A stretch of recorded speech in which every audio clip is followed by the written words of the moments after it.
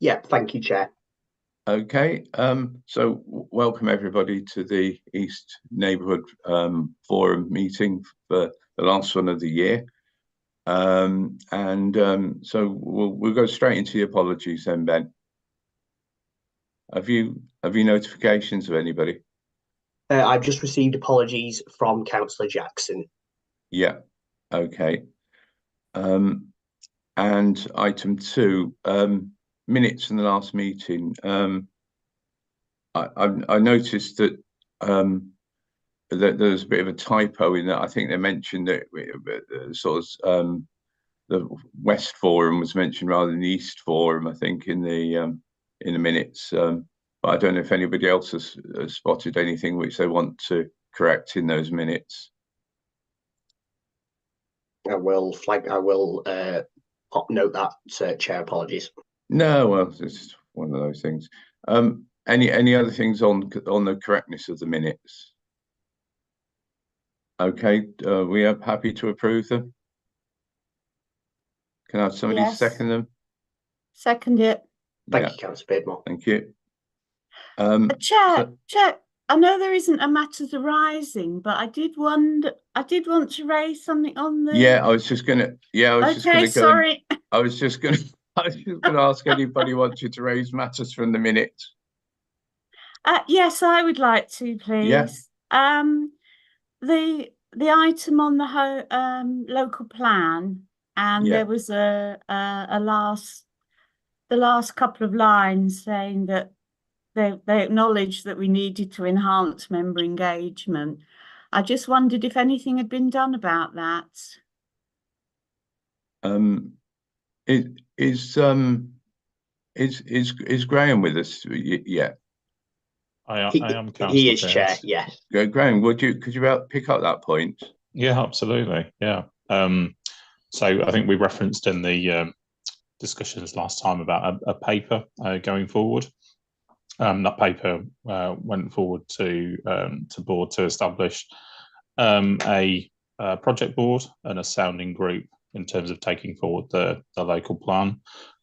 So discussions are now afoot about scheduling that broader sounding group after the local elections to convene essentially member engagement.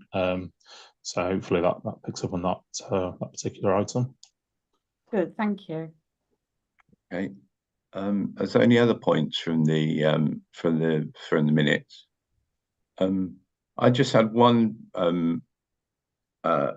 point which I'm not sure if perhaps members can help me on this.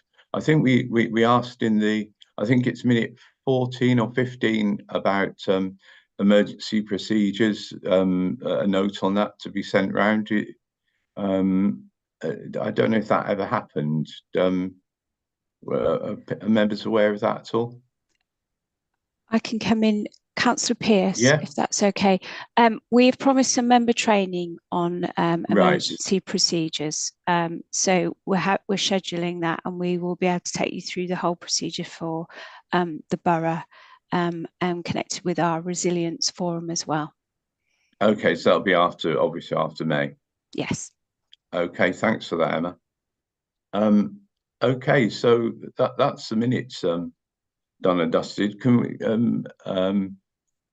We'll move on to the agenda, but before we do, and this is for all officers present, and I'm not including Ben here because I think Ben does his best to pull the papers together as well as he can, as well as he's allowed by officers.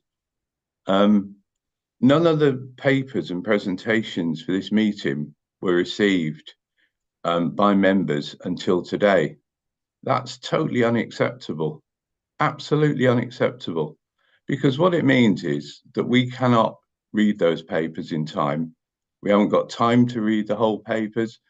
As an example for myself, I was at planning this morning. I had other things to do this afternoon. We can't schedule that time in if we've got no notice at all of those papers coming forward.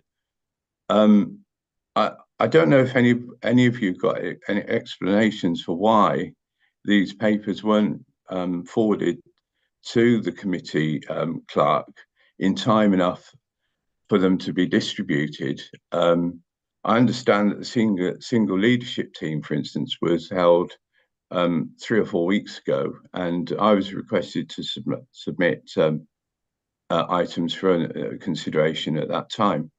But still, we've not received papers on time. So I don't know if any of you want to comment on that or reflect on that. But it's certainly something I'll be taking up with the Chief Executive. Okay, I don't expect people to sort of have the dirty washing perhaps now, but I'd rather hope somebody might have an explanation. But anyway, so I'll be taking that forward. Okay, can we move on to item 3, which is Faye Edwards, I think, on the Family Hub, East Family Hub.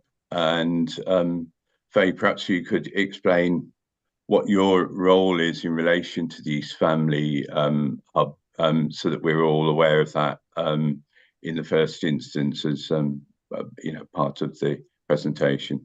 So if I can pass over to you. Yes, that's fine. Thank you, Chair. Apologies, the papers were late. We'll make sure that in future you get them in a timely manner. In terms of obviously what that looks like, we'll just get obviously the slides together, but apologies. I totally appreciate you need to have time to read them and digest them and ask any questions. So we'll make sure in future we get them to you on time. So my name's Faye Edwards. I'm Head of Service for Early Help and Family Help, and I manage family hubs across the borough. So we have them in north, east, south and west. We've done a presentation in relation to updates in relation to what's delivered from Family Hub. So they support families 0 to 19 years, but have a focus for 0 to 5 in relation to the best start for life. So it's bringing various services together, using our spokes, using our digital offer to make sure that we can support families across that age range to make sure they have access to services and they can access services when they need them, to make sure obviously they don't enter statutory services. So it's much more around that preventative agenda, and again that best start for life to make sure all our children within the borough have the best start for life. So I'm going to present and I'm going to hand over to Emma Lewis, who is our lead on Family Hubs, and obviously she's been taking this work forward with the DFE, etc. So she'll update in terms of where East Family Hub's up to and sort of future plans, if that's okay, Chair. Okay, yes, fire away. Thank you, Faye, and thank you, Chair. Thank you for inviting us back to share information today about the Family Hubs. For those of you that may remember and may have been present, I think I did come about 12 months ago as we were launching our Family Hubs in Tameside to give more information around Family Hubs in their entirety. So tonight, for the purpose of tonight, what I have done is put together a short update that particularly focuses on the East Family Hub. Faye, is there any way that can be shared as a slideshow so it's a little bit bigger? If not, no problem. Yeah, it's on. Bear with me. Let me just see if I can, Emma. Is that better? Yeah, that's lovely. Yeah. Thank you. Okay, so our Family Hub in East is the main Family Hub is what people may know as Ridge Hill Children's Centre. So it was a children's centre and it is now it is our main Family Hub, and that covers Stalybridge, Duckingfield and Mosley. And to ensure accessibility for all, we have our spokes in Mosley and Duckingfield. Originally, we did have Stalybridge Civic Hall as a spoke also, but obviously due to the building works, that's not accessible for families anymore. So we were given quite a significant amount of money in Tameside to implement this Family Hub model, and that funding stretches until the 31st of March next year. Whilst the funding is extremely welcome and it is allowing us to build on our support, particularly as Faye said, in that best start for life period for families, I think it's fair to say ourselves and other LAs that are implementing this model, the framework is extremely prescriptive in what and how we have to provide. So, for example, that money has to be spent on 5 specific work streams. The DFE tell us how much of that money, what percentage of that money has to be allocated to each of those work streams, and also kind of guides us on the different evidence-based interventions that we have to provide. So we work along minimum expectations that we have to adhere to, and go further expectations that we're required to work towards as we come to the end of the programme at the end of March next year.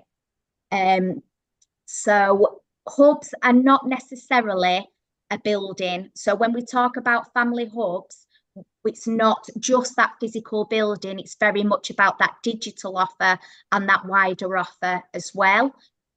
So, for example, some of our spokes are libraries and leisure centres.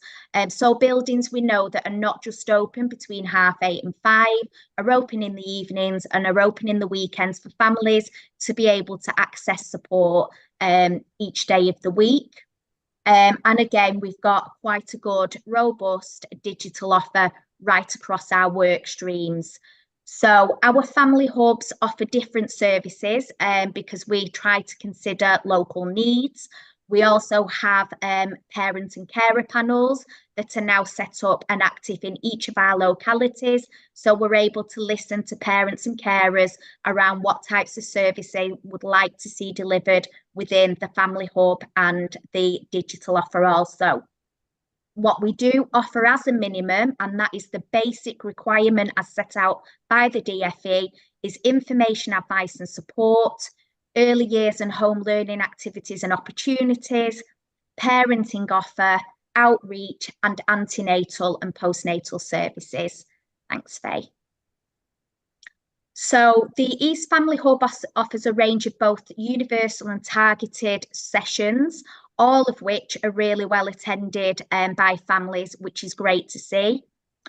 So in addition, since the launch of the family hubs and since kind of the development from the Children's Centre, we have retained our early years offer within that Children's Centre, and the family hubs funding has now allowed us to begin to work to enhance that offer to provide more. So we've also got the Women's Centre that are present there 1 day a week, and they work with mostly mums with young children who have experienced some form of domestic abuse, whether that be physical, emotional, etc. And they get a lot of support through that forum. We also work on parent infant mental health, which is the biggest work stream in this strand, in this framework. As Faye did point out, it's very, very much about that best start for life. What we know is the earlier we can intervene and the earlier we can provide support for families, the better the outcomes for those children will be. So that's our pitter patter play and natter. And we are just about to start the With You in Mind. And what's come from our parent carer panels has been that parent infant mental health, particularly once families are having babies and they require support in that area. We've also extended our portage offer. So we've got our special educational needs group now that runs monthly. Whilst all of our services are inclusive, what parents tell us is if their child has got additional needs, sometimes they prefer something separate so they can get support, peer support from other families and parents that may be going through the same things. We've introduced Mini from Welfare Rights. So we've got Helping Hands dropping monthly now. And that's a huge range of different topics, from form filling, benefits, housing, fuel poverty, debt advice that's supported. The health services are currently offered at Stalybridge Clinic, and we are just making fit a room to allow the midwifery clinics to commence at East Family Hub by April 24. We have the Hearing Impaired Music Group running weekly, and we offer a range of parenting courses dependent upon the demand and the referrals that are coming in. Currently, the one that's being run from the East Family Hub is our special educational needs one. And we have our childminder group, and as I touched on before, the parent carer panel. So just a little bit around the families that have been supported. I've just gone back through the past month. So on our targeted pathways, which first one is our physical pathway. So this is where children will be seen for their development checks by colleagues in health. And they will be scoring low on their physical development. And we provide 6-week interventions. The courses are set in line with our occupational therapists, physiotherapists, that allow our early years staff to work intensively with families to try and support them children to increase their development. So what we know is that 19 to 18-month-old children, 83% of those made progress, and the children aged 18 to 30 months, 67% made progress. And you'll see the same for the pathway, which is the same referral route, with speech, language and communication, that the small talk, which is the younger children, 75% made progress, and the toddler talk, which is slightly older, 61% made progress. And that's kind of back to what I was saying before about the earlier we can engage with families at the earliest opportunity when that child is very young, and the more impact we can have on their outcomes. Services that are open for all. So our universal services, which are open to families that might not be open to any services, but also children that might be subject to child in need plans, looked after, child protection. We had 199 children last month. 6 of those came through to our SEND group. So that number, the rest of the numbers may seem slightly low, but that's just because those sessions run monthly, whereas the other ones run weekly. So you'll be able to see there just the numbers of children that came through those sessions within East Family Hub. Thanks, Faye. Okay, thank you. I'm not going to go through this slide, but that just gives you, as I talked about some of the sessions we do, and that just gives you a little bit of an idea of what those sessions are. And then if you just pop on the next slide, Faye, again, that just gives you a snapshot of our February to March timetable, what is on offer within the East Family Hub and spokes. Thank you. Okay. So can we move to questions? Have you finished? Yeah. Yes, of course. Thank you, Yeah. Chair. Yeah. Okay. Ben, have we got people wanting to ask questions? I'd imagine we would. I'm trying to put my hand up, but I can't. Yes, so am I. I can't either. Oh, who do I take first? I suppose Councillor Dickinson. My question is just that Staley Bridge, Duckingfield and Mosley were mentioned. What happens to Longdendale? Where does that go? So Longdendale sits within our South Family Hub. So we have Hyde is our hub, our main hub there on the sides of Flowery. And then we also have the spokes as well. So we utilise what was the Hattersley Children's Centre, and we utilise the Camp Ward. Yes, so we have a hub and spoke model in the South area. Thank you. You're welcome. Okay. Was that it, Dorian? Yeah. Yeah. Christine? Oh, sorry, I can't find the hand, so apologies. Emma, obviously I'm very keen to know more about this because it's in my ward, and I know you're right next to Silver Springs School. I don't know whether I'm just being thick, but I just can't get to grips with how are these people families who have been referred to you, or do you go out into the community? Because we've got a big local hub just down the road. We've got a very good school in Silver Springs next door. A good, you know, and I'm sure that must be the case across the neighbourhood, in East neighbourhood. Could I just get a little bit more clarification about that, please? Yeah, of course you can, no problem. So Thank you. We have just started our parent carer panels. So we've just ran our second ones. The first ones were before Christmas, and they focused very much on accessibility and awareness of family hubs. So part of that was working face to face with parents and carers, but also we've run a survey, and that's given us some really fantastic information to really kind of build on that You Said We Did model. and one of those parent carer panels is in each of those localities. So we also offer outreach, and we do that in 2 forms. So one is, unfortunately, we do only have a 25-hour post across Tameside, but that post is to really work with and support our eligible 2-year-olds that are eligible for the free 2-year-old place. What we know is those children are eligible for a reason, and that's because they're possibly considered more vulnerable. So we will go out and support families and parents to access that.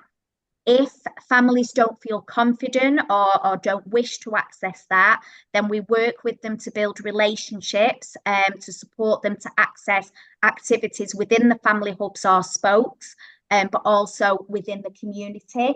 So one of the things we're currently offering at the moment is what we call our Play, Learn and Grow. And that's where staff will invite those families into the family hubs, again, or the spokes, or some of it is run in different schools. And we try to work with parents at a lower level just to try and build their confidences in letting their child access kind of early education.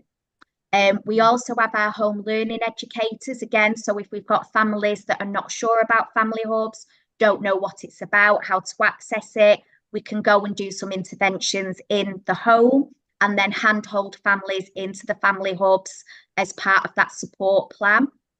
We also utilise libraries as well, that if they feel like they're not certain about the family hub, we do sessions in libraries, and we also do outdoor sessions in Stamford Park as well, our outdoor explorers that are really well attended. We also work really closely with our colleagues in education, so that we've got the right links and communications with all of our schools right across the borough. So, for example, we know that before the family hub model was set up, we know that the schools, the maintained nurseries and schools, were running what's called REAL, which is Raising Educational Attainment in Literacy. So with our colleagues in education and in communication with schools, what we did was we then chose REAL as our evidence-based intervention for our younger children, so that it was consistent right across for both staff that are working in schools and hubs, but also for our families receiving those same messages. We also, as part of our parent infant mental health offer, we have a community grant scheme. And that's just small pots of money that will support voluntary sector in allowing them to kind of either build on any existing sessions and community groups that they're doing, or do new ones. So the one in Stalybridge that is currently, they were in the second round, is Reach Church. So they've been given some funding. And I think, if I'm right, my understanding from that is it's allowing them now to extend their offer to the community for a younger age group. So rather than just focusing on the tots, so a kind of our 18-month plus toddlers in their group, they're now able to take children that are much younger. So parents with younger children can also attend that group at Reach Church. Does that answer some of your questions, Councillor Beardmore? Sort of. I get the feeling that, yeah, you're obviously doing a lot of work, but to get out there, but I still can't quite grasp how people are able to access it. Maybe that's something I can talk to you separately about, really. But absolutely, I'd really welcome you to come and visit the hub and meet the staff. I'm genuinely not being critical. I genuinely think this, the work you're doing is amazing. It's just how people access that, really. And, particularly around Ridge Hill, we know there are certain deprivation issues. So perhaps I can talk to you separately about that, really. Of course. Thank you for that. No problem. Thank you. Okay. Is there any other people got questions to ask? I can't see any hands raised, Chair, and there are no questions in the inbox from the public either. Okay. So there was one question that I had, and I was similarly, I was interested in the referral. So I was sort of alarm buttons sort of being pressed when you said about the money for carrying on this service. So Am I correct in thinking that the finances are only in place until March 2025? So currently, we've had no confirmation from the DfE about any extensions to the funding from the 31st of March 25. So one of the things that we're currently working on is a sustainability plan. So things like our REAL, so the evidence-based intervention for raising early attainment, what we have done is that not just the staff that are funded through this funding, all of our staff are trained to deliver that. So actually these things will be able to continue even when that funding stops. So that's where we are. We had a bit of a workshop with some of our leads last week to begin to really think about actually how are we going to sustain this model going forward. So we need to look at what parts of the model are having the most impact and making the biggest difference to families, and obviously really work hard to prioritise keeping those. Okay, thank you. And also, I think we'd like to very much take up on your offer of a visit and a discussion with staff. We went to the East Family Hub when it first opened. Was it in April last year? It was 12 months ago now. Yes. So I think I'd certainly welcome a visit, and I know Councillor Beardmore would, and I'm sure other members would as well. So I don't know if you could arrange that perhaps for after the election sometime. Yes, of course, no problem. That would be, I think that would be very useful. And finally, you know, again, it's we just see as paramount that the links with local schools, because we know that the issues around school readiness are sort of profound, really, and really holding back some children quite badly. So you know, we'd certainly, you know, welcome you the engagement, sort of greater engagement with the schools, I think, in across the East area. Okay. So on that note, so can I just thank you both for coming along and presenting to us tonight. I think it's, you know, it's given us a food for thought, and we can take that forward, you know, in terms of a visit and perhaps a more in-depth discussion with yourselves and the staff sometime after May. Yes, lovely. Thank you, Chair. Thanks a lot. Thank you. Thank you. Bye-bye. Okay, bye. Thank you. Thanks. Can we move on to item 4? It's entitled Parking Charges, but Ben says that wasn't his title, so I'll believe him. And it's more wide-ranging than that, so Emma tells me. So again, Emma, could you present on that one? Yes, thank you, Councillor Pearson. I just put up my notes, if that's okay. Thank you. I was given a number of questions from the chair that he asked me to update on. So I thought I would do a number of updates for you, both in terms of the sort of operational rollout of improvements to Market Street. I was also asked to give you an update in terms of school streets as well, which I wanted to make available to you. So firstly, we do have a rollout of school streets across some primary schools within Tameside, specifically in Mosley. We've got a new exciting school streets, and this is part of the actual active travel programme, and it enables schools to manage the traffic around the school and to try and diminish the emissions that children are exposed to, and to have a good safe space for them, for those children to access the school.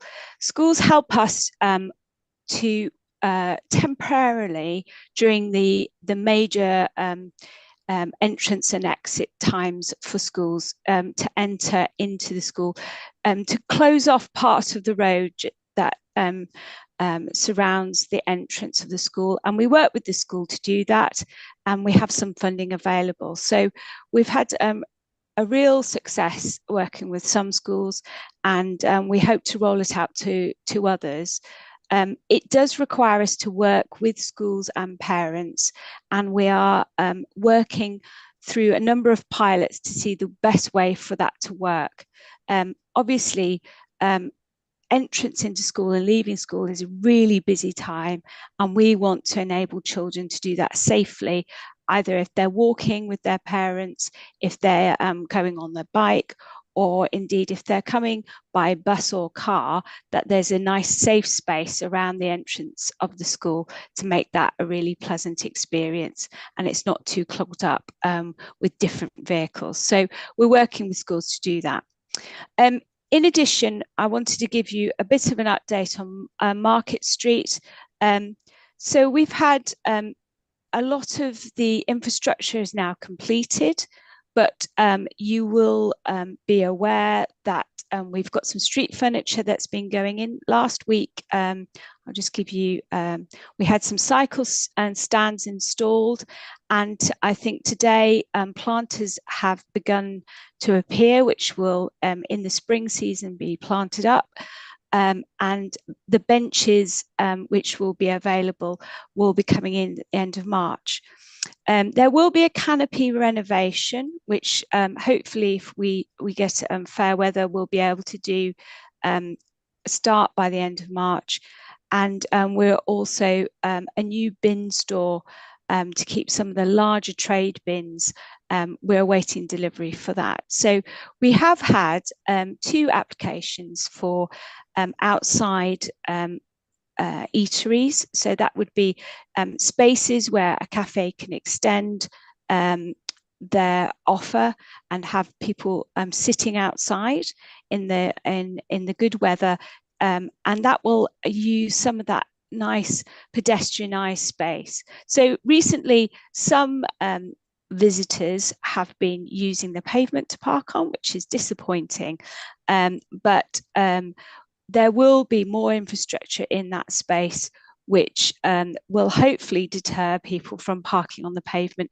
Obviously, the pavement is meant for pedestrians. It enables people with buggies and wheelchairs and just walking to do so in a really pleasant way. And so we are very keen that we are using this space now, which is, it looks nice and pleasant and pedestrianised, to have a really good space for businesses and for it to be really welcoming for any visitor or resident to Stalybridge. We have had, I was asked to speak a bit about some of the improvements and changes to parking. We have been able to, since October, November, have some upgrades to our parking machines, allowing us to have contactless payment. That's great news for us because we really did need to improve and modernise our infrastructure. Hopefully very soon we'll be taking delivery of more updated machines which will enable more car parks to have contactless payment as well, which is excellent. I just want to bring you the sort of split of parking availability for the areas covered by the East Neighbourhood. Not forgetting in Stalybridge there's actually we know there's more space to park in Stalybridge than many other towns because any customers to Aldi or Tesco have additional free spaces, and 134 for an hour and a half if you're a customer of Aldi, and 390 spaces if you're a customer of Tesco for 3 hours. And then we've also got a number of pay and display spaces. Some of those are short stay, some of those are long stay, and those tend to split out to the commuters using long stay, and we are seeing data coming through which tells us how our residents are using those spaces. Obviously, when we upgrade the rest of the machines, we will get even more data which will be able to give us some granularity in terms of the use of those the car parks. Our car park strategy will allow us to think about the different car park availability within each town centre. For Tameside, thinking about the infrastructure, the kind of parking spaces that people need. Places like Stadebridge have an excellent travel options and great commuter availability, and so having spaces for people to be able to park and then access all of the travel options both across to Yorkshire and across to Manchester and Liverpool is really important. But also Duckenfield and Mosley have more local parking. And so the data that our upgraded machines give us on time and the kind of use of those car parks is excellent. We've also got obviously time limited bays for an hour, which are free, and also disabled bays for a maximum of 3 hours. So I've just split that down for you to show you what's available in the town, but also in different areas, people are parking on the street where there's no restriction as well. We don't obviously count those, but those are the options. I'm really happy to take any questions if I can, and thank you. Okay, do people want to start? Perhaps if we sort of split it down into various bits, and let's issue questions people have got around the parking around schools to start with. Just a comment, really. It sounded really interesting, but I can't say that I know a lot about it. That was just a comment, really. Yeah. I know it's, as you know, Adrian, Silver Springs raise, well, every school that we've in our ward raise it, don't they? And it would be useful to know if this was available and to see if we could get any of the schools involved, really. Absolutely. But planning today, there was a scheme went through. You'll be aware, probably, Emma, of the Russell Scott School. Yes. In Denton, and that seemed to be working very well. So as Christine said, I think we'd certainly welcome a discussion, and it's certainly been raised by the head at Silver Springs about schemes and what we can do to make it safer for children and whatever. So perhaps could we meet you separately on that one? Definitely, that's not a problem. It's a great scheme. It does, when you can work, we do work in partnership with the school. We do it as a pilot to start with to see if it works. Some schools have piloted it and chosen not to adopt it. Other schools have really used it very well, and the community has been on board. We'll perhaps liaise with the head and get back to you on that. Is there anything else on schools that people want to raise? I can see Councillor Dickinson has a hand raised, Chair. Yes, okay. I found out how to do it. Is that all you wanted to say, Dory? No. I just want to say, I mean, I don't know, especially primary schools, because high schools, they tend to walk or get the bus there. So it basically is primary schools. And I don't know one that doesn't have problems with parking. And the sad thing is that it's parents doing it. I don't get it, because you said, Emma, we want our children safe. Well, I'm sure those parents do too, but it doesn't kind of gel that it's parents that are parking to put children in danger, and it's sad. Staler Hill is shocking. So is St Paul's. Yeah. So yes, I'd appreciate any scheme. Yeah. Should we move? No, I take your point on that, Doreen. I think it's a real problem all across, and sometimes people are walking to school, travelling by car to school from the children with unbelievably short distance. Yeah.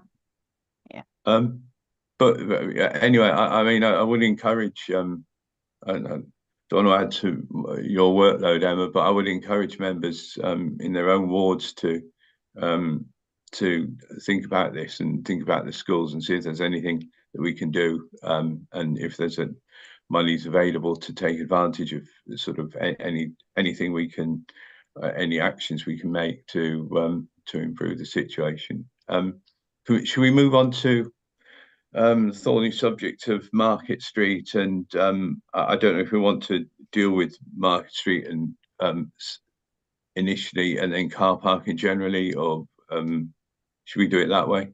Should we do Market Street first then? Does anybody want to make comment or questions on that? Chair, Councillor Billington has his hand raised. Okay, Liam. Thank you. Can you hear me okay? Yeah. Okay. So basically, on Market Street, you said that we've got 2 applications for pavement licenses.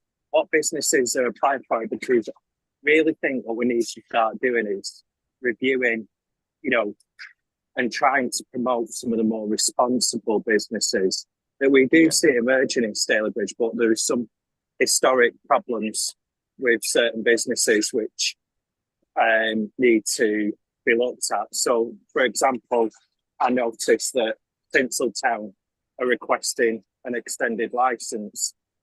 Is that the sort of business that we want to be working with on Market Street? Is that the image that we want for Market Street? I think members would say no to that. And also as well, what conditions of licensing will be put in, because we need to make sure that businesses have more responsibility over the litter that's on Market Street as well. You've got like Pizetteries, and that's a really lovely little restaurant.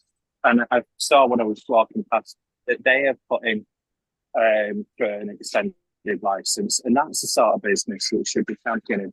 And I feel absolutely heartbroken for them when I walk past, and it's just absolutely full of litter outside the property after all the money that they must have invested into it.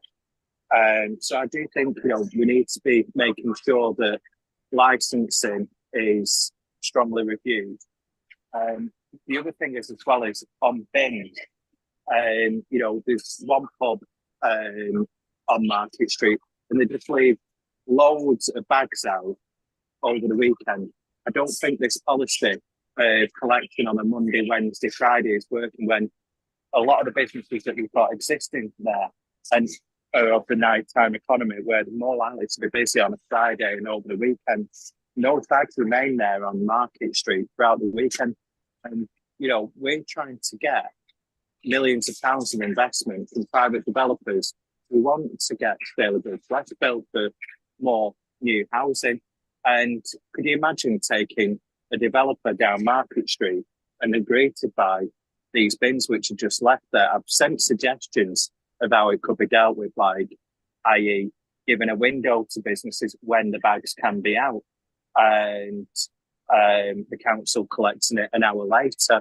So then they're not just left there all the time, because it is an irritation to residents. So I think that really does need to be addressed. But one of the other things that I've been asking for a long, long time is we need nighttime enforcement. It's no good doing these days of actions when a lot of these businesses are shut. We need to, look at and review and tackle some of these businesses head on who are acting irresponsibly and bringing the town down. So can I ask where we're up to with nighttime enforcement as well, please? And that is my long ramble, but I'm sure other members will have plenty to say as well. Thank you. Thanks for that. Emma, do you want to respond to those points? Yeah. So thank you, Councillor Millington, and I do really appreciate your active interaction with us, and we always have done. In terms of the licensing and licensing applications, we always do request that members get involved in giving back feedback as part of that process. So please do that. And as you say, we're really proud of the really responsible businesses that operate on Market Street. So we'll take consideration. Waste disposal for businesses is their responsibility, and it is part of running a business. We have really been responsive about the bagged waste collection, and taken on many of your suggestions, and we do it very early in the morning, and we give instructions to those businesses. We will be reviewing that, Councillor Billington, because some businesses do it really well and others do not, and it is a really difficult space, I'll be honest with you. The structure of the way that towns were built and the way that they are, it makes it there's not a huge amount of space for waste to be stored. So we are reviewing that, Councillor Billington, and I take your point on absolutely. In terms of the nighttime economy, we have really extended our enforcement programme. We do Night Safe, which is a specific piece of work that we do on the nighttime economy. We will be doing nighttime enforcement, I can promise you that.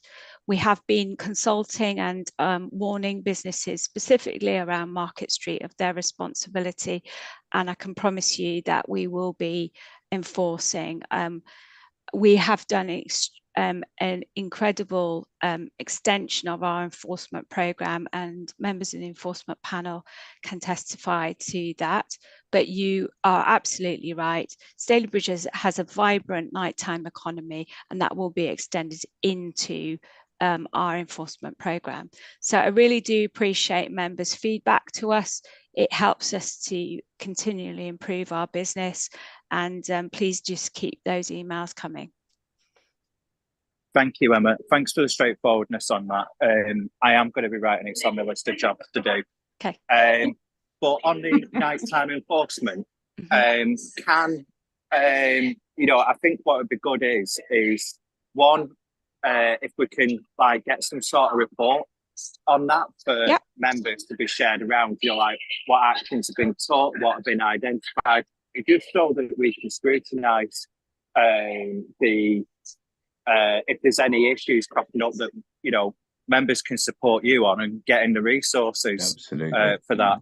And also as well, there's been times where I've been on patrols with the police as a councillor, and I'm sure members wouldn't mind joining officers on some of these visits, so that we can get a better understanding as well of how the whole process works, because I understand a lot of these things can take time to actually get action, and maybe members can come up with some suggestions how we can speed that up for you. Thank you. Yeah. I take that on board completely, and thank you for those good suggestions. No, and sure, I think that's I think that would be a useful thing to do for members to go around and with enforcement teams and people to see what's happening. But personally, as long as it finished before closing time, so that we can get a quick drink in at the end. But that's a personal option. Can we? Are there other issues? Are there other issues on Market Street? Yeah, could I say a couple of things on that? The licensing, as you know, it's been good. We've been getting details of businesses who want to extend their license from licensing, and that's been useful. But one of the problems is we can object all we like. If there's no planning, if we haven't got a planning framework that says we don't want these sorts of businesses along Market Street, or we want to restrict licensing hours, it doesn't really matter what we say. And I go back again to the local plan, and I hope Graham's listening, because if we put in these frameworks and heritage action zones in, we have to have some framework where we can have some control about which businesses go where. And I hope that's something that we'll do as the Stalybridge Delivery Group comes back on board, actually. But also, one of the issues that we had a raise the other day was youngsters hanging around the bus station at night. So I don't think it's just a case of enforcement in that respect. I think there's some antisocial behaviour that we need to address as which is hopefully will be put. If we could have patrols with the police as well as the enforcement team, I think that would help as well. That's do you want to either Graham or perhaps Graham and Emma could come back on that point? Well, Jeff is here as well. Sorry, that's completely unfair thing to do to a fellow officer, but Jeff Upton is here from planning as well. So I'm happy to go first, Emma. Okay, fine. That's fine.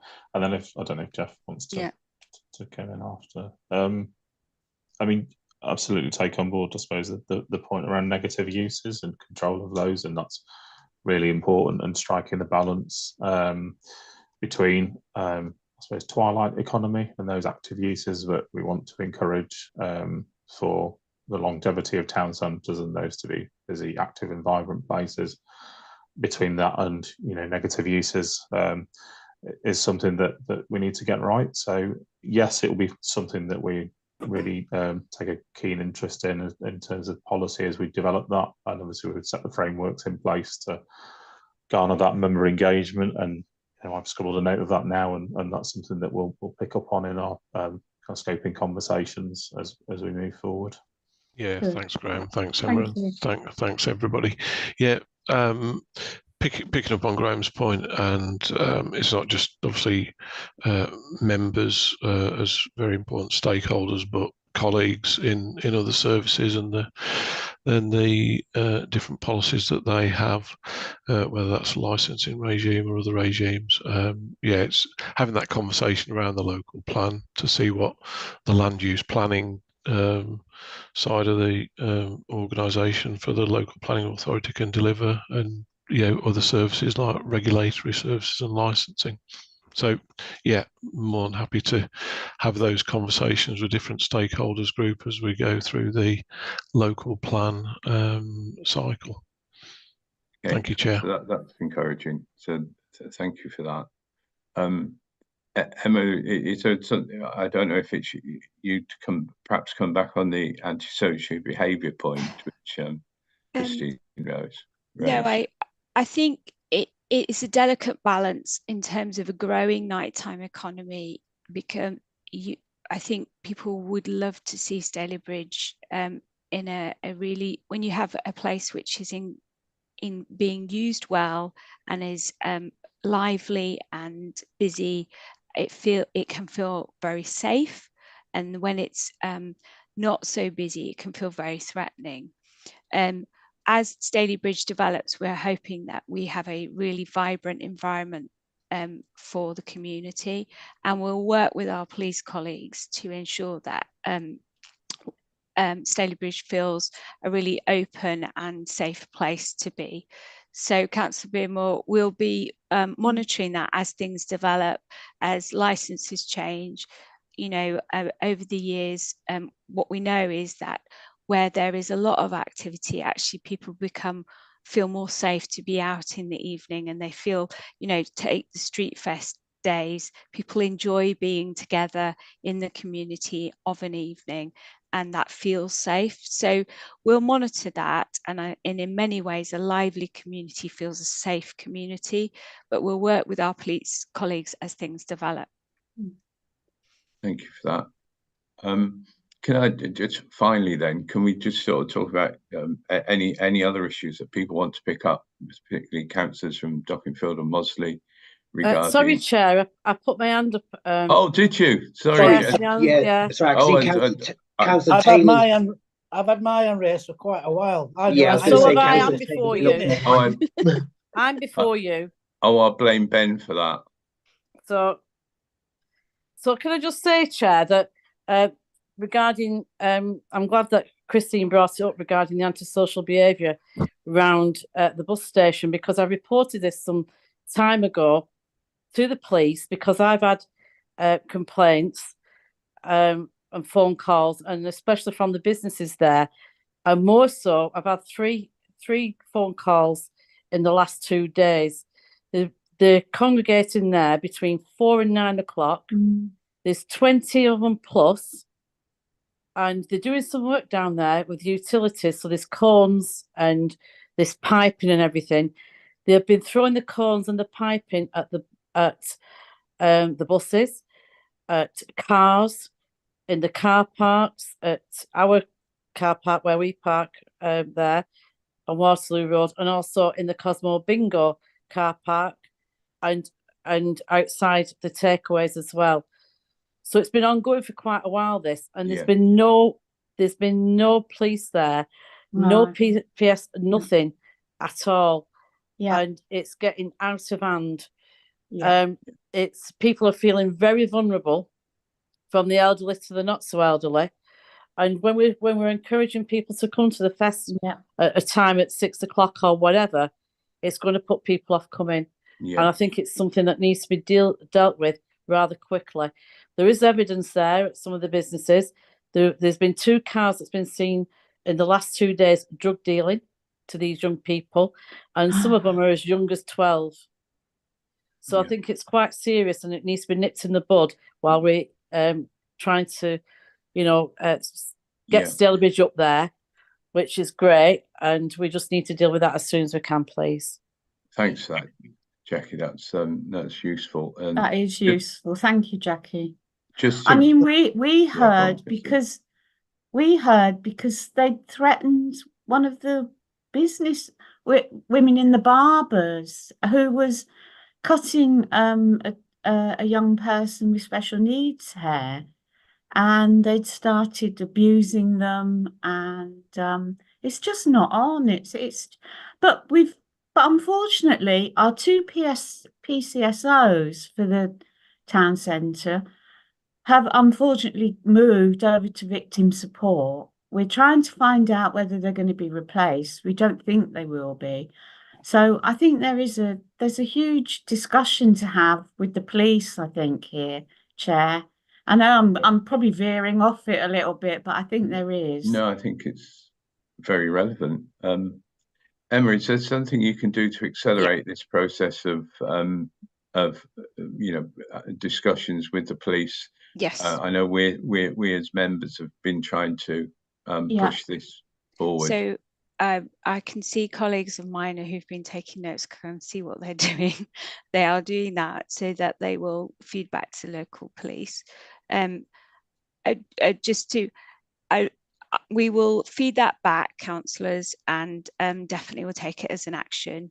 We're very fortunate that in much of the activity and the evenings around Street Fest is really positive and really vibrant. It's a good place, but where we can and we can nip some things in the bud, we will definitely do that. Thank you very much. And I'll pick it up, definitely working with our local police. Thank you. Okay, thank you. That's helpful. And finally, on the sort of a wider point of before we move on, and probably quickly because we are running out of time a little bit, are there any wider issues on car parking that people want to raise about, perhaps outer areas of the town or of Stalybridge or Mosley or Duckenfield? I've had my hand raised Taylor's had his hand up for quite some time. Right. About half an hour it is. Fire away then. I'm going to fire away. Fortunately for you, Liam covered most of what I wanted to say, especially about enforcement and recognising that one of our towns, Stalybridge, is starting to have a really vibrant nighttime economy, and we need to react to that. And it may mean that people work different hours for us now, especially early morning, especially with litter. Now, Emma said that we're already doing that with some things, and we do with enforcement. So that was really good to hear. And on a positive note, I've seen the planter today, and that will really make a difference and hopefully stop some people parking there. That really is disappointing to see that parking, because Market Street's looking really nice now. And the businesses have been through it, and now we need to help them to recover and to get back to making even more money. And seeing that Stalybridge, it becomes even more vibrant. It really is looking nice. Thank you, Councillor Taylor. That's great. Thanks, John. No, to take your points on that. Chair, I see Councillor Homer's got his hand up as well. Yeah, do you want to come in? Yeah, thank you very much. It's just on the car parking. You said at the end there, Emma, something was after the work's been done on it, it's been excellent. But can you just find what was excellent? Is it the improvements to the infrastructure? Are we talking about usage on the car parks or revenue raised from the council from the car parks? What is it is now excellent, specifically for Mosley? I'm not too fussed about Staley Bridge.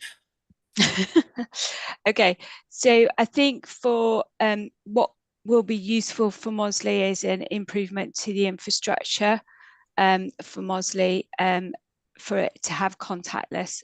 I know there has been, it's a change in terms of some of the infrastructure being put in, and we're monitoring that. It gives us information. It gives me, when we're able to put in the new machinery, we're able to see what the usage is, Councillor Homer, and it gives us more data, which gives us granularity of information, which will help us think about the uses of those car parks for the future. So I understand that Staley Bridge or Ashton is very different to Mosley. The more information we have, and this new infrastructure is important, the better decisions we can make or we can present to the exec cabinet for the future. So I think that's really important. The strategy is about thinking about the future for, say, 5 years, the next 5 years, but the data provides us with more accurate information which will inform that. You should in Mosley be getting, hopefully when we can, we'll be improving the infrastructure for residents up there, which enables people to choose certainly the amount of time that they want to park. It's, Mosley is different, for instance, to Staley Bridge. I absolutely get that, and we'll take that on board. I've met with you as councillors, and I take on board. We reflect what councillors say to us when we're thinking about proposals. So thank you for your feedback. And this is a good opportunity to meet councillors and have feedback on the issues that are concerning them. Okay, thank you very much. Okay. Is that I think that's probably as far as we can go on the on this item now. We need to move on probably. But thanks for everybody's contributions on that. I think it's been very, very useful actually. And thank you, Emma, for your contribution. Can we move on to item 5, which is I think Dave Smith is presenting. Is that right? Chair, I just want to do a sort of quick introduction. I'll just introduce myself. All people that don't know me, I'm Nick Sayers. I'm Head of Community Safety and also Head of Operations and Green Space. Just by way of a quick introduction, before obviously Dave goes through the presentation, this presentation will give you a quick overview of the draft antisocial behaviour policy, which covers various areas. But in addition to the draft policy, we have recently undertaken a review of the service, and this is the first ASB policy. Policies are important, but equally so are the internal working procedures which sit behind this policy, and therefore we've reviewed and amended our internal working procedures, and also refreshed the website, which is a lot more user friendly. So if I can, Chair, if I can hand over to Dave and he can go through the presentation. Okay, thanks for that. Dave, do you want to fire away? Yeah, thanks, Nick, and thank you, Chair. I'm just going to share my screen.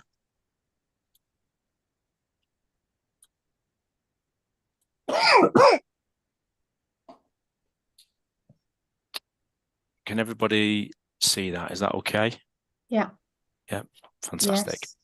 Brilliant. Okay, so yeah, obviously I'd just like to thank you all as well for the opportunity to come and speak to you about this evening.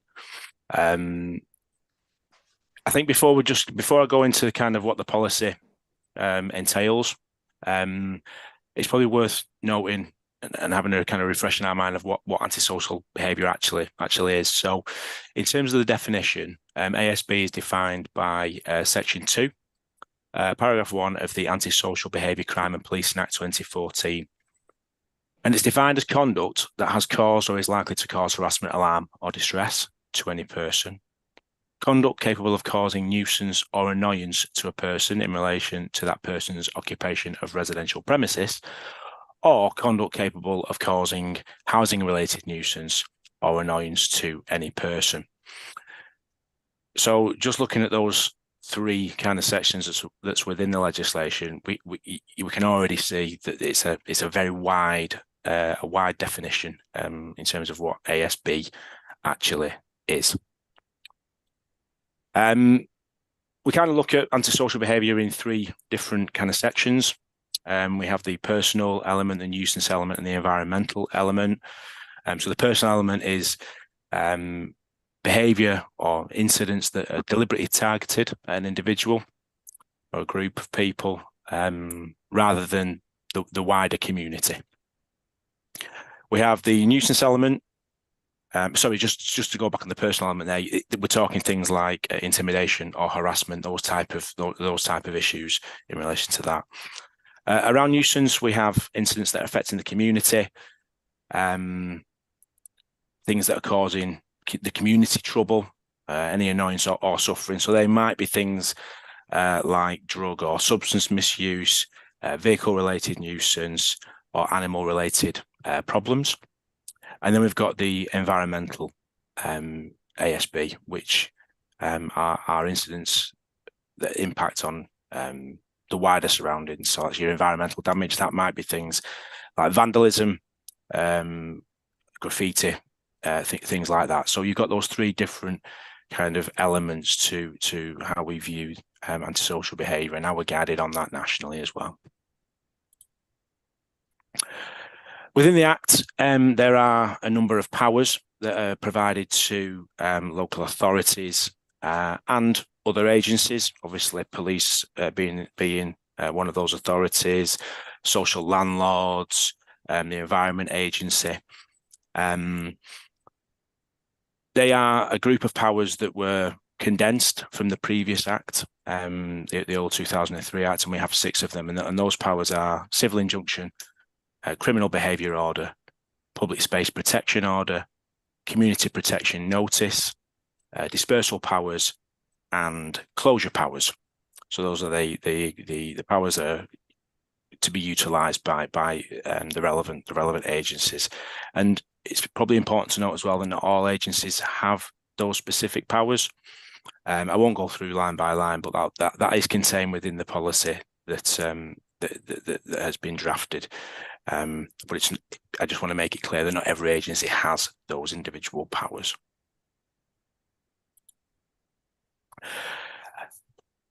One of the big key things around antisocial behaviour, and you know, going through the powers that I mentioned before, and also the different types of antisocial behaviour that can occur, it's very clear that the antisocial behaviour can't be dealt by one agency in isolation.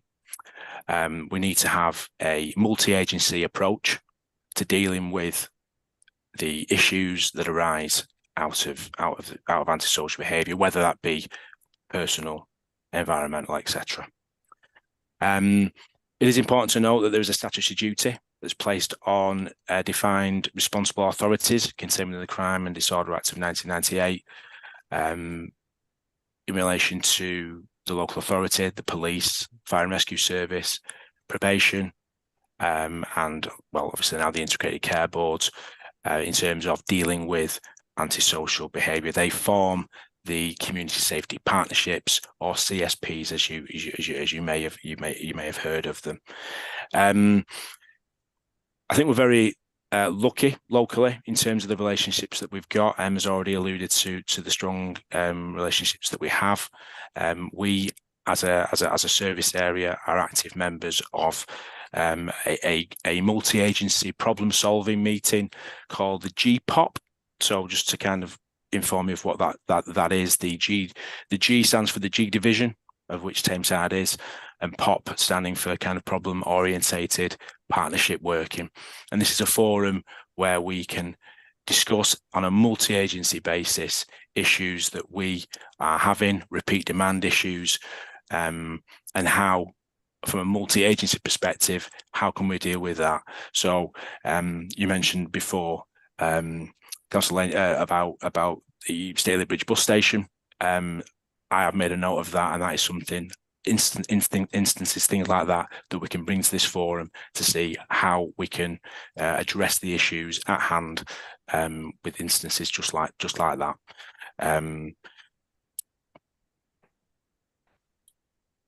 So the sorry if I skipped a slide there.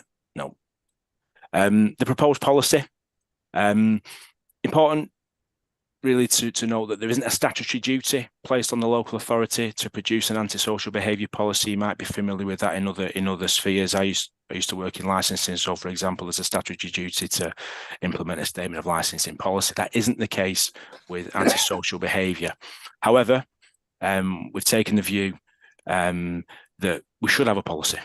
We should have a document that provides reassurance and increases public confidence that we, as a local authority, as a wider community safety partnership, are dealing with instances of antisocial behaviour. As I mentioned before, there's a statutory duty imposed upon us to do so, and ASB is obviously a priority area for the local authority.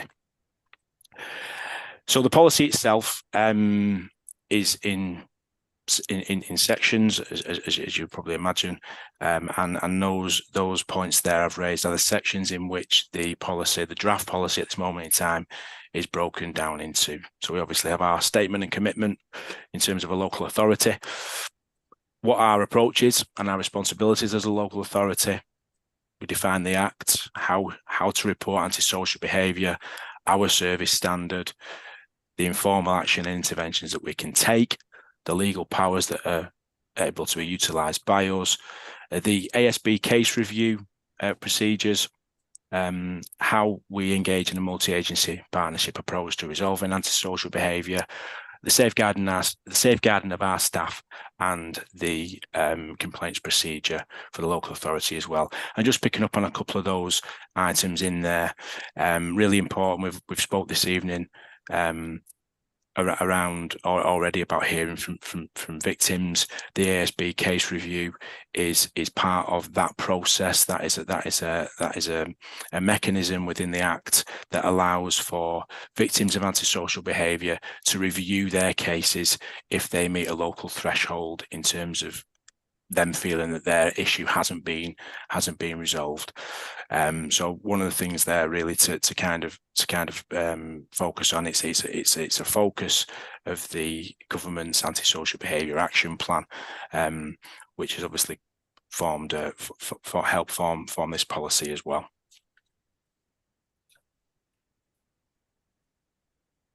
So just in relation to the action taken to date in terms of the formation of the policy. I mentioned just then about the government's antisocial behaviour action plan that was launched in March of last year, and that has helped us as a ASB service form our policy.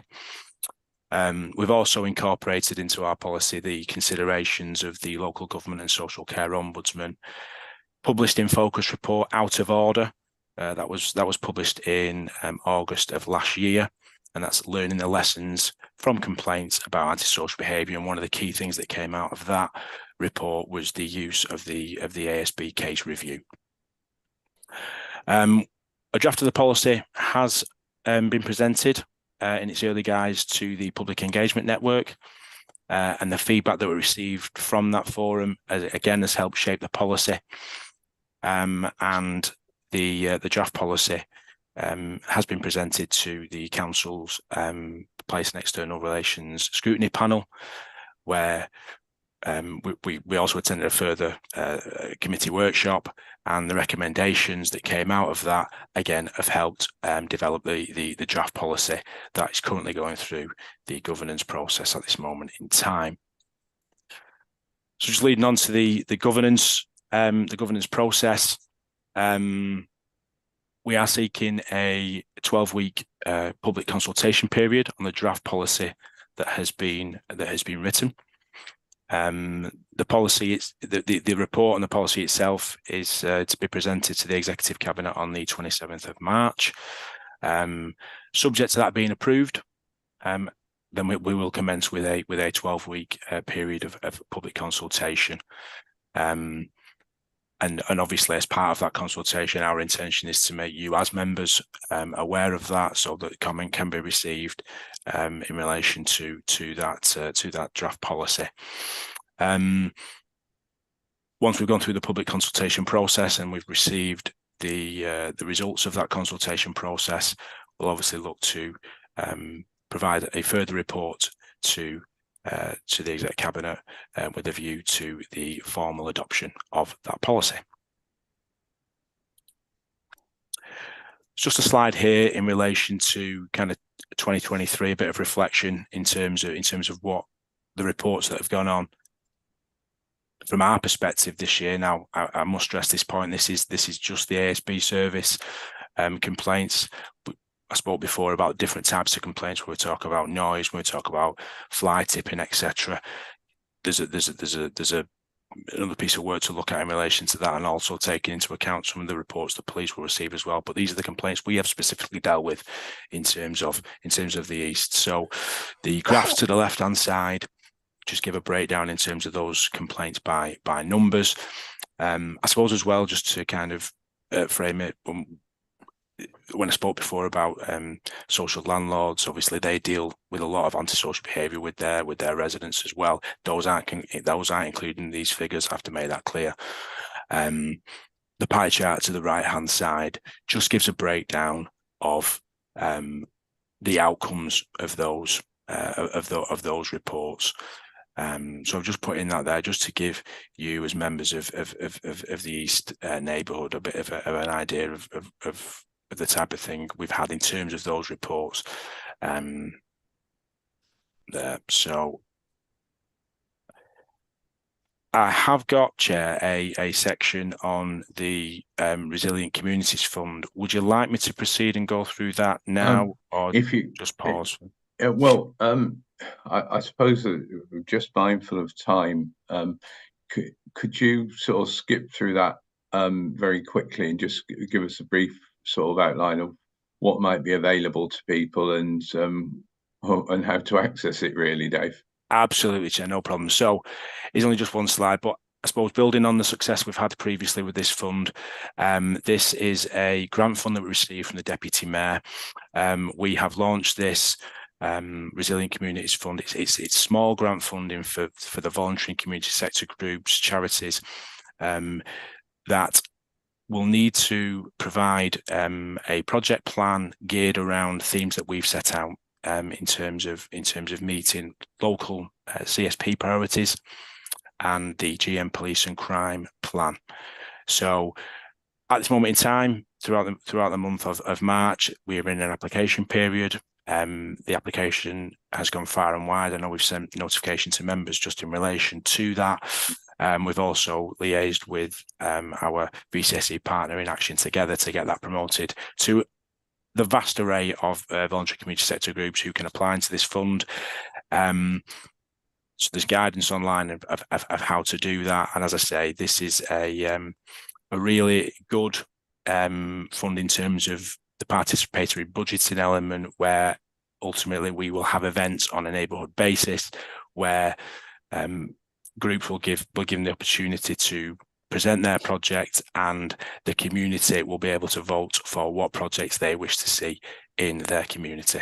So that's a bit of a whistle top on the Resilient Communities Fund. That's brilliant. And just on have you a closing date for that? Yes, the application period is closing on the 29th of March. The events that we're looking at are going to be the end of May and beginning of June, specifically for the East, 14th of May. But we will be sending out a lot of correspondence in relation to this to all members. Thank you. Okay, thank you for that. Can we take questions for Nick and Dave? I am aware that we're pressed for time, but we can have 5 minutes of questions if people have got them. I can't see any hands raised at the moment, Chair, and I've just checked the inbox. There aren't any there either, unless members want. Yeah, well, I mean, I think obviously from what you're saying, I think the important stuff here, I can only stress that the difficulty I think members have got with this report and is that we didn't have the information soon enough, so that people didn't have the time really to digest what you know, the content of your presentation and be able to get back to you. So again, I can only stress how important it is to get people the information to you know, through the right channels in the appropriate time. But what I would urge people to do is to, perhaps outside of this meeting, if that's all right with you, Dave, Nick, is to engage with the officers and discuss particular issues in your areas, and you know, take them forward, sort of, because they are obviously very individual. I mean, we've talked about the one issue around the bus station, but I know previously in Staleybridge we've had issues around the Labour Club. Touch wood, that's not too bad at the moment, but people have various different types of issues in their ward. So if I can ask you to have a look at the presentation, which has been now circulated, and then get back to Dave and Nick with your individual Please do. issues, but also obviously the 27th, get back in terms of the draft ASB policy. Yeah, sorry, do you want to? Sorry, I'm sorry, I don't know how to put my hand up. I will have to try and find out. I'm just conscious that there's obviously an issue around the bus station that I think we would all probably, well, most of us, perhaps not Mosley, but would agree that this is something that we might want to tackle. But I see that it's only available to community groups, the voluntary sector. Is that right? Is that presumably we couldn't do something if we wanted to try and tackle this?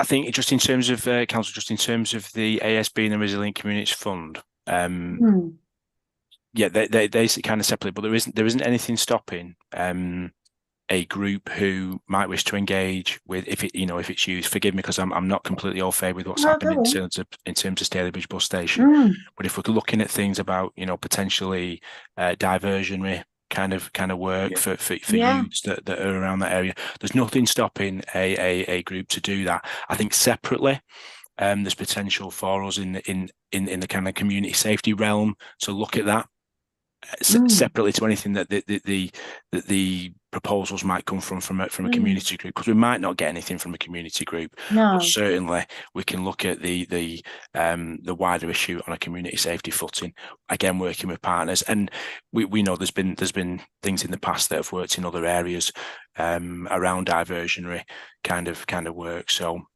we can obviously consider that. That'd be good. Thank you. Could I just add to that as well? Dave touched on this, the GPOP, which we call the Prevention Hub, and that was sort of introduced as part of the Chief Constable's local policing measures, probably about 18 months when that paper came out. So myself and Dave go along to that each month, and we've helped shape that. Although GMP chair it, we've helped shape that, so at least then partners have got a voice around that table. So we are tackling those issues, not GMP issues, not local authority issues, Tameside issues, and so that's what we need to be reinforcing going forward. And in addition to that, myself and Dave also have regular meetings with the Chief Inspector over neighbourhoods and also the Inspector of the Prevention Hub as well. So at least what we can do is do some better joint working across our partners as well. That sounds really good. Yeah, that's really helpful, that. Okay, on that note, and thanks Nick and Dave for coming along. It's been useful, and if we get our bus station sorted out, it'll all be worthwhile, this hour and a half. So no, thank it will, you for absolutely. Can I just say, Chair, nobody's agreed with you, but I totally agree with you about agendas. I can't read and absorb agendas on the last minute. I mean, I sat down at 6 o'clock to glance through this. Yeah, I have to say I agree, and it's a shame because there's some really interesting stuff on tonight's agenda and much more local as well. And it's a real shame that we haven't had that chance to really absorb it. Well, I'm sure they've taken it all on board. Yeah. I'm just saying I agree with the chair because he seems to be on his own. No, it's not. No, thank you, councillors. At least the Stocks Lane contingent seem to be on it as one, don't we? So that's brilliant. Thank you for that. Item 6, we're on to our final item, or final but one. Graham and Jeff, places for everyone. A little surprised to see it on the agenda, actually, if I'm totally honest with you, because I thought we might have done and dusted with this one at council. But if you want to add anything, can I just, we're 1 minute to 8, so I don't think anybody wants really to go on much beyond about 8:10. So can you keep it brief? Well, I'll do a very brief intro, Chair. Thank you very much.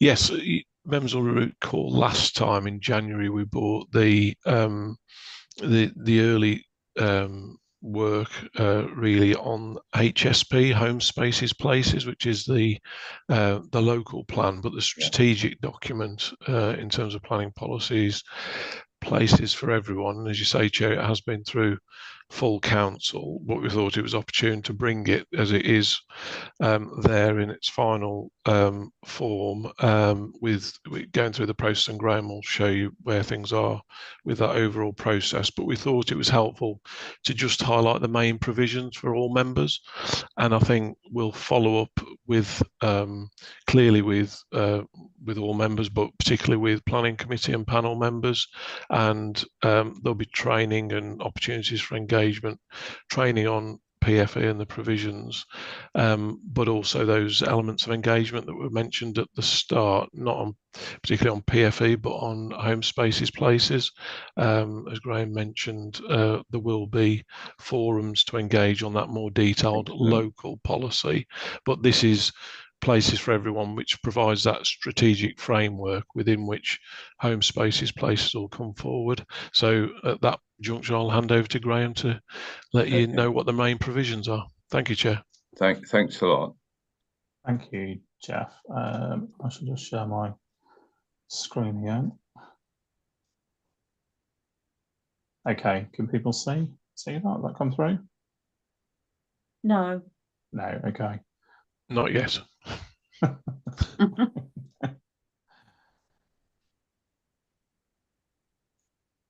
There we go. That's it. Excellent. Okay.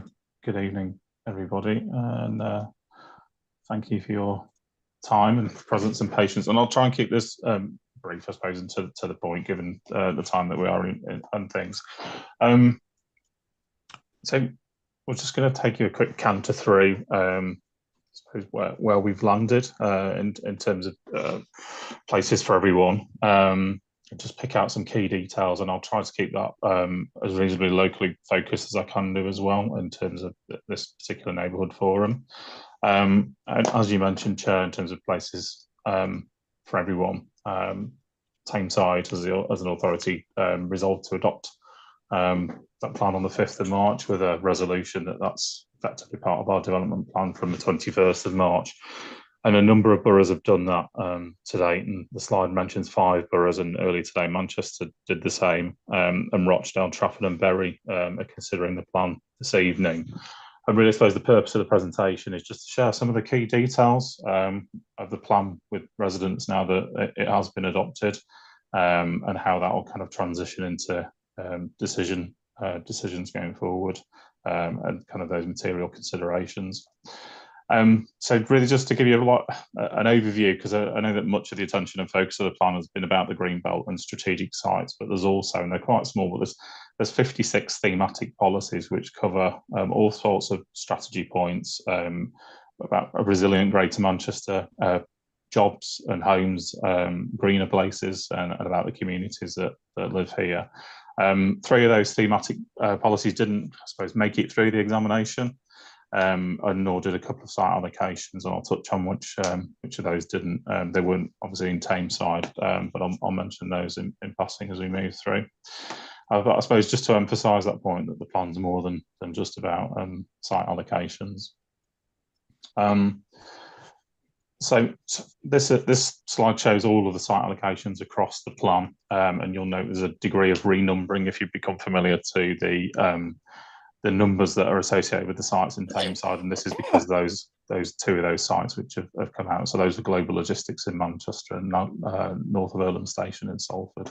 So we're now JPA 27 for Ashton Moss through to JPA 29 for the South of Hyde site that you can see on the slide there.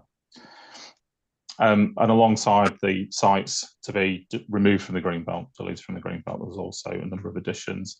And exceptional circumstances existed to only justify 19 of the 49 proposed additions to the Greenbelt, which were suggested across all of the boroughs. So that 49 was across all of the districts involved in the plan. But eight of those 19 which have been successful are in Tameside. So just over 40% of all the additions proposed in the plan are here.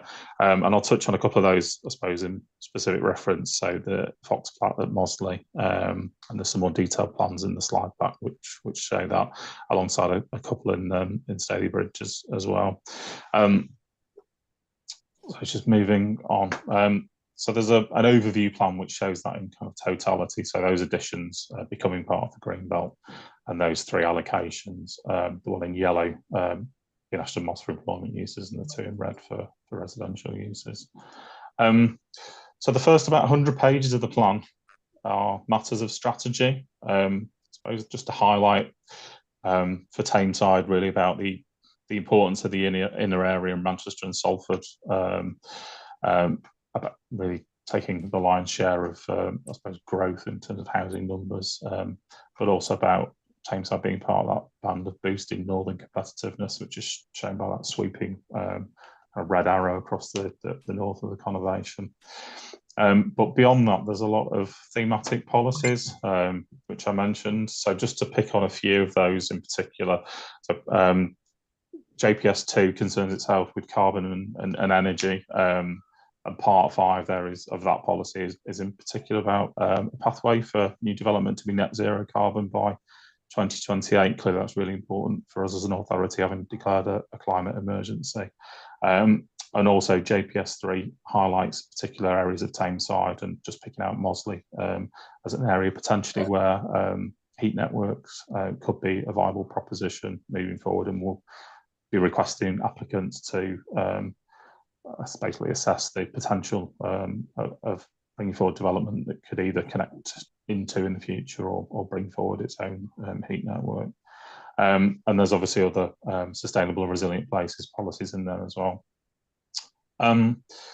So in terms of jobs, Ashton Moss West for us is identified for 160,000 square metres of research and development, light general industrial uses, and members will obviously be familiar with the mayoral development zone and progression of this site as part of that package across here and into Ashton Town Centre.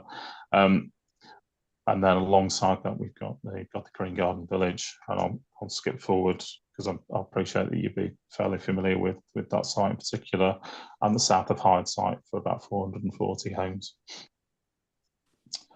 But I suppose homes is also about other parts of the H family of policies about type, size, design, density, and these are really important as well.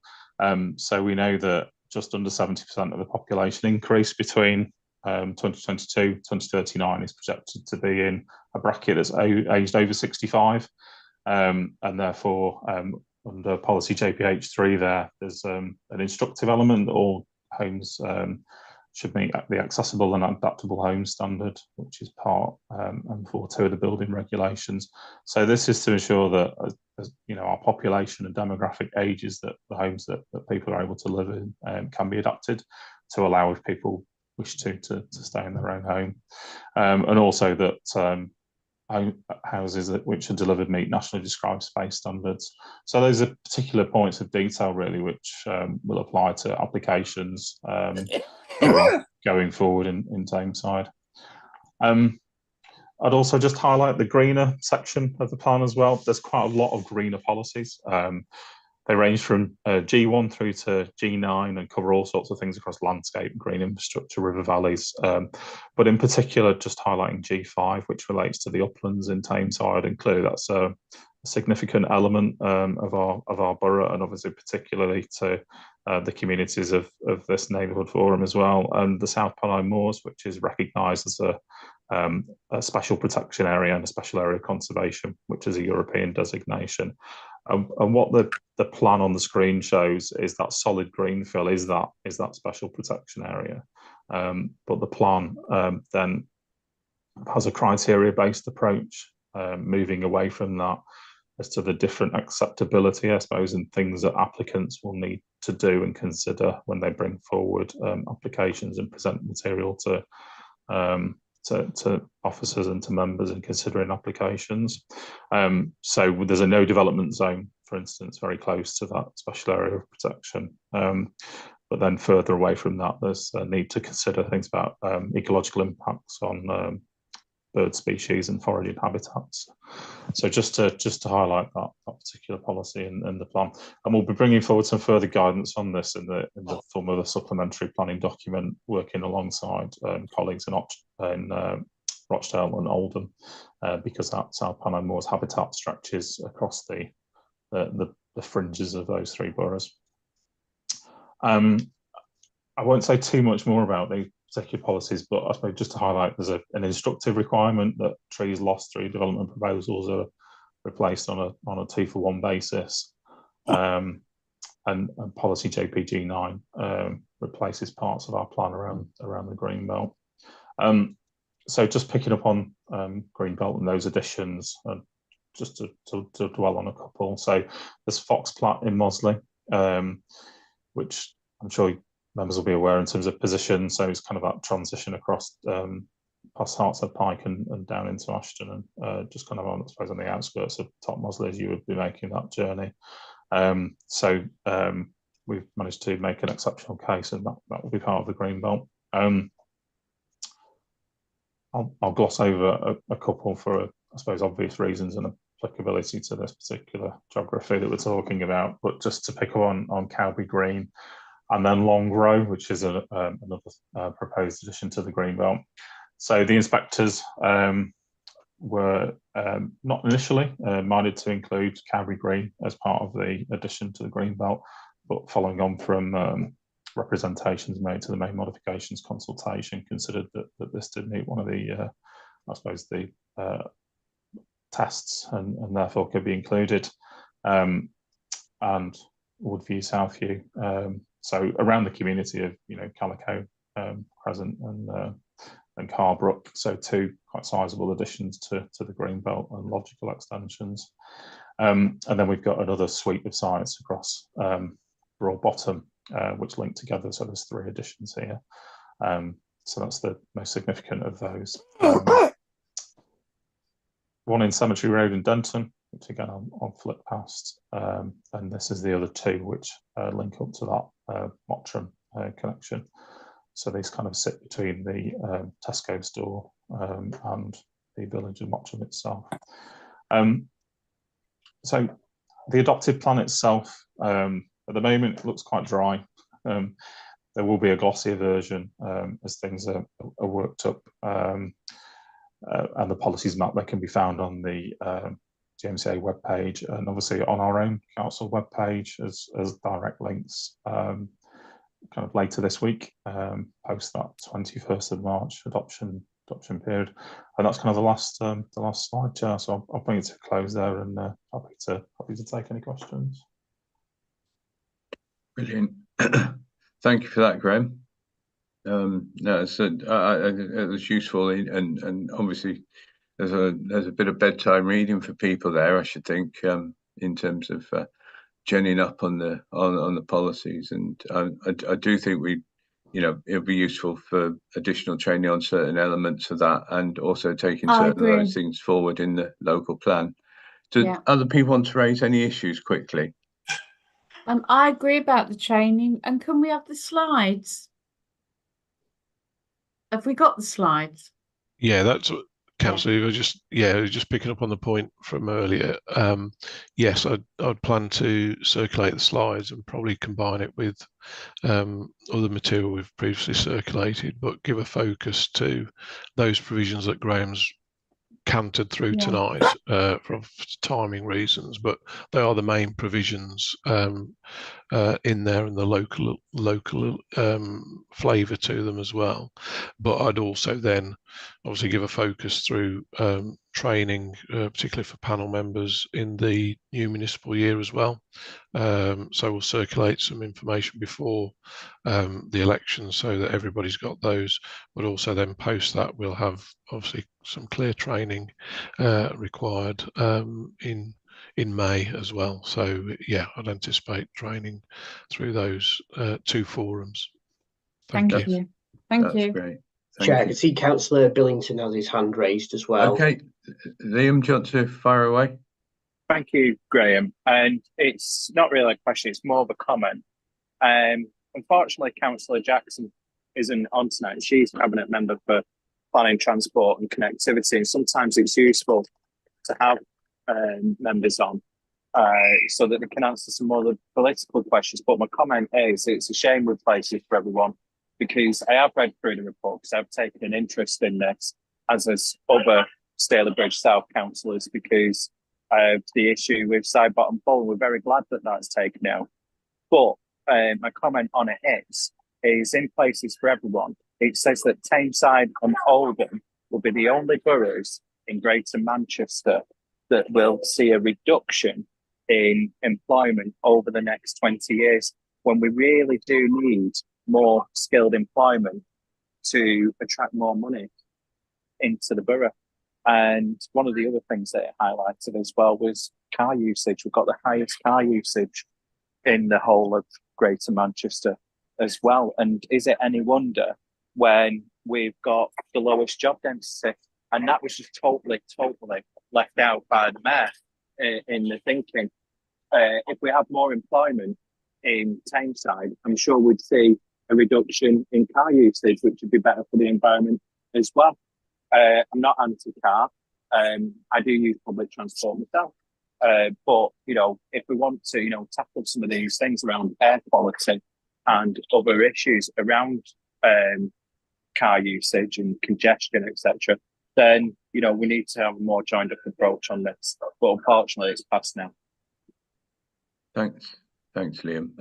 I think it's a good point. And in terms of I think it's a you know, very important that we sort of make the most of the regeneration opportunities within the town centres. You know, particularly Stalybridge in this instance, and obviously there are issues, you know, in terms of sort of Moseley and Dockenfield as well, but particularly Stalybridge, Ashton, Droylsden, Hyde. There's all massive opportunities there for not only housing and things, but for employment. I think we do need to look at that. And again, I think that's something which should be brought out within the local plan as well when we come to that as well. Is there anything else we need to that people want to raise before we close? Okay. I can't say anything further, Chair. Good one, thanks, Ben. Date of next meeting. So who knows who'll be on? We'll all be on the panel, of course, won't we? But I don't know if we got a date set, have we, Ben? Yes. So provisionally, I think it's due to be held on the 19th of June. 19th of June. Okay. And unfortunately, I've booked to go away the following week, so I'll be here. So anyway, can I just thank everybody for their attendance today and their contributions over the year. I think we've had our battles, but we've had some very interesting discussions, and I think hopefully the shape of this agenda is moving in the right direction, so that you know, it's a bit more localized, and I think there was, you know, a bit more focused on the things we wanted to talk about. So thank you, everybody, and we'll see you after May. Adrian, sorry. Yeah. Has there been any further update on bringing back district assemblies? Nothing more than you. I've sort of reported back on previously, Liam. To be honest with you, not in that shape. No. All right. Well, thank you anyway, Adrian. I mean, I hope we can move these forums, forward into a way in which they become more like that. Anyway, and but I think we've got some work to do yet. Yeah. All right. Well, thank you very much, Adrian. Okay. Cheers. And all the Liam. best. Okay. Bye-bye. Bye.